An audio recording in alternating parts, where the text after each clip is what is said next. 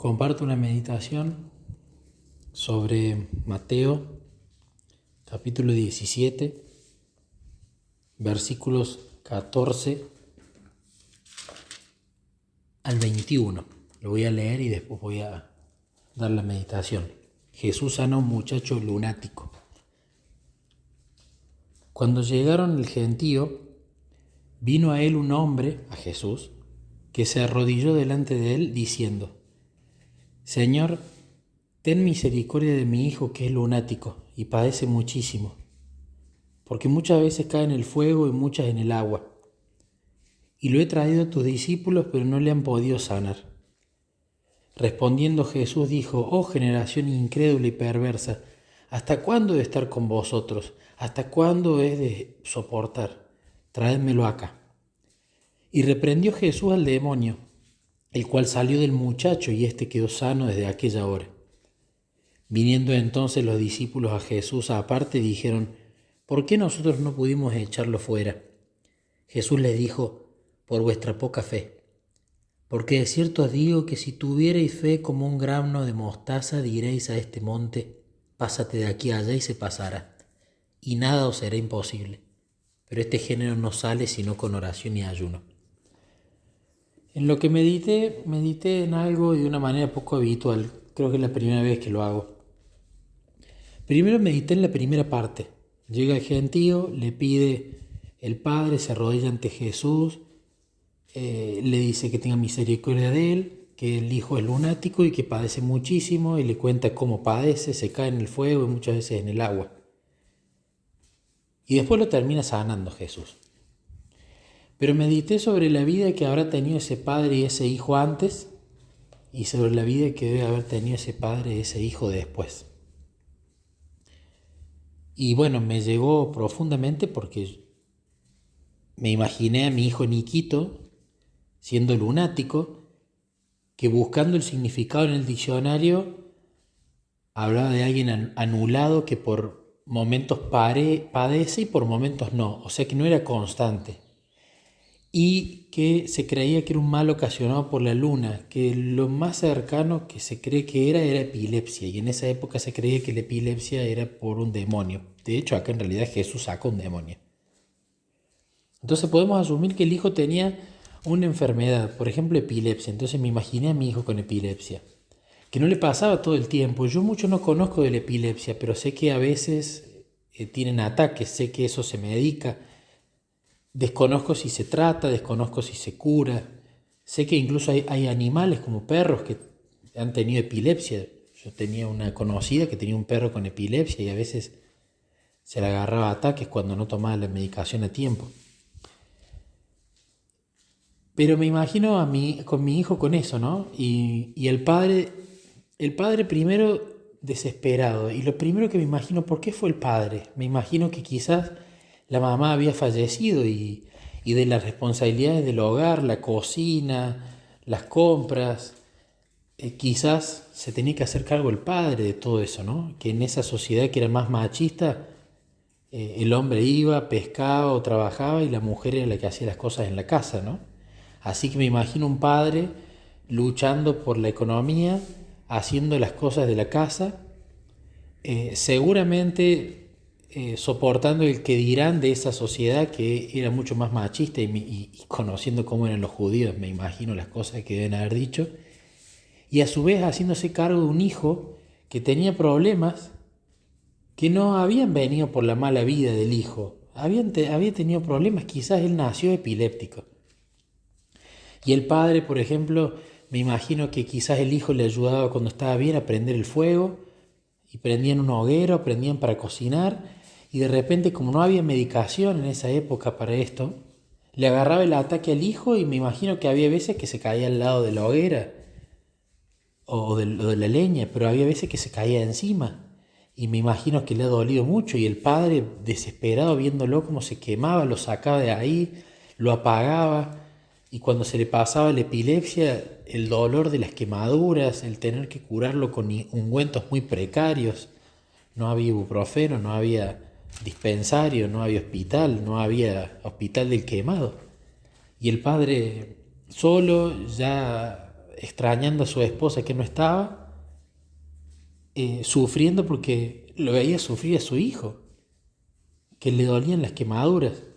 Y cuando habla del agua, me imagino tiene que ver que quizás el chico pescaba para ayudarlo a sustentar al hogar y de repente a veces se caía de la balsa y tenía que ir con el padre porque si le agarraba el ataque de epilepsia se ahogaba, y me imagino que puede haber habido veces donde se cayó al agua y el padre desesperado tratando de sacarlo porque se le ahogaba el hijo, se le moría el hijo.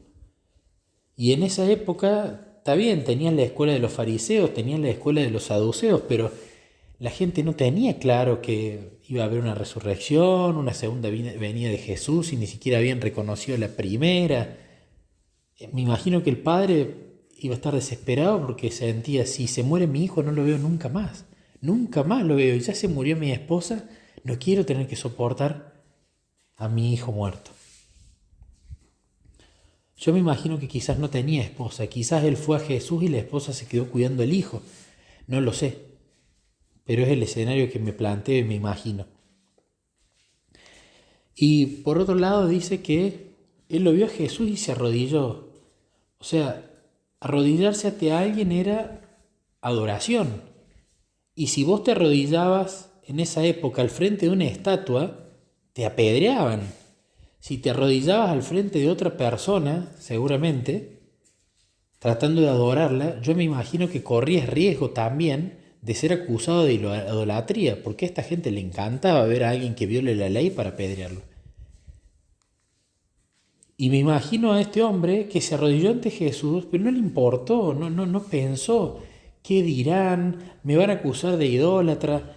El hombre, poca, mucha, mediana, no se sabe, el hombre tenía algo de fe y creía realmente que Jesús venía de Dios. Calculo que no debe haber sabido si era un profeta, si era el Mesías, dónde estaban los signos en la Torá o en el Pentateuco que demostraran que era el Mesías, pero él tuvo, la poca fe que tuvo, dijo, yo acá me voy a arrodillar ante este hombre que creo que me puede ayudar, y le dice, ten misericordia de mi hijo. O sea, ni siquiera le pidió por él, le dijo, ten misericordia de mi hijo. Y probablemente la fe de este hombre era tal que no lo llevó a su hijo allá, o quizás estaba imposibilitado porque a lo mejor por el ataque epiléptico había quedado postrado un buen tiempo el hijo, no lo sé. Pero él fue solo y pidió por su hijo.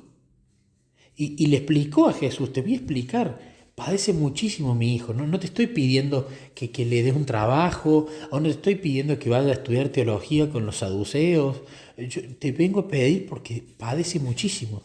Y también te pido indirectamente, está implícito, por el sufrimiento mío, porque como soy padre, también sufro porque mi hijo sufro más todavía. Si a mí me pasaran esas cosas, bueno, me las aguanto solo, pero ver sufrir a mi hijo es aún peor, ¿no?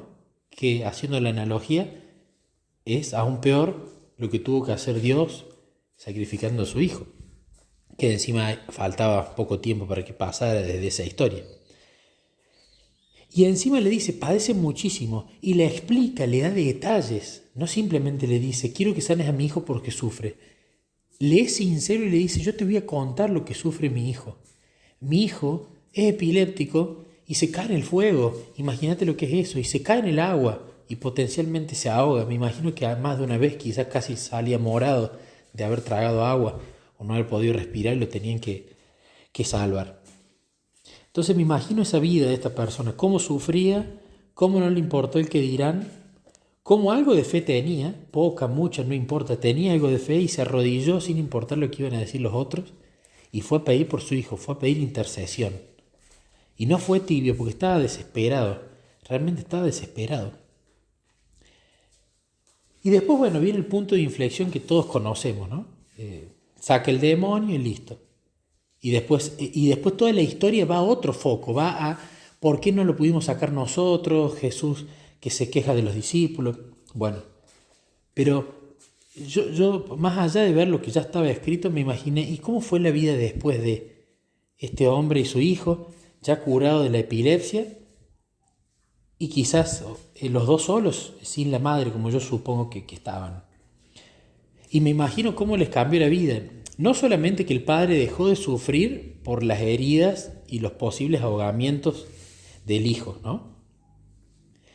Sino que también me lo imagino al hijo dejando de sufrir, porque el hijo, el ataque de epilepsia, me imagino que deben perder, no sé si la memoria, el control de lo que le pasa. Yo calculo que no deben recordar qué es lo que le pasa durante el ataque de epilepsia. Y me imagino que de repente se veía haciendo el fuego el hijo y de un minuto al otro se levantaba y estaba dolorido y quemado sin entender bien qué pasó. O a punto de ahogarse sin entender tampoco muy bien qué pasó. Entonces la calidad de vida de los dos cambió muchísimo. Pero lo que más me emociona es que me lo imagino padre e hijo yendo los dos testificando. El testimonio, eso es lo que más me emociona. Yendo padre e hijo sentándose ante gente que tenía dudas de Jesús y contándoles, mira, te lo vamos a contar de dos puntos de vista distintos. Tenés dos testigos acá.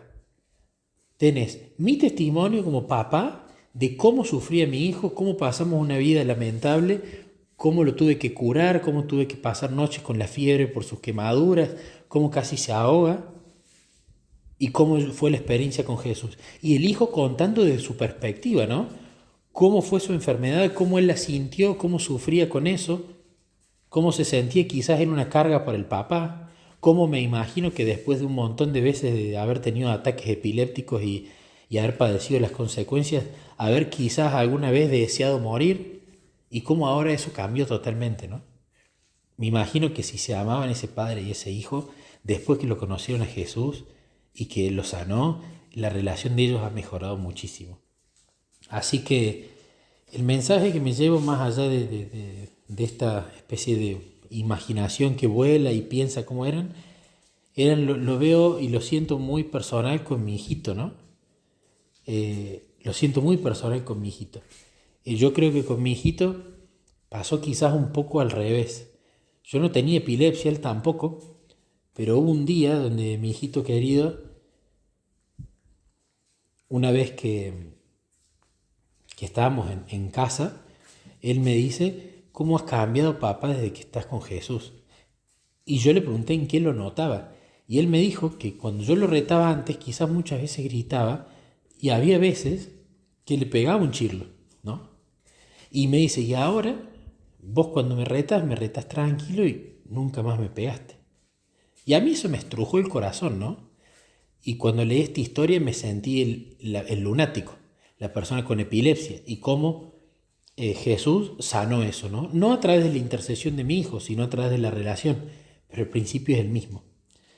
Y otra cosa que también me gusta de mensaje y me pone muy feliz es que sin importar la poca o mucha fe que haya tenido esa persona, si nosotros vamos y le rogamos a Jesús, nos arrodillamos en cuanto al Espíritu, ¿sí? No es que si yo me arrodillo me escucha, sino si nos arrodillamos en cuanto al Espíritu, si vamos rendidos, si nos damos por vencidos y clamamos por nuestros hijos, ¿no?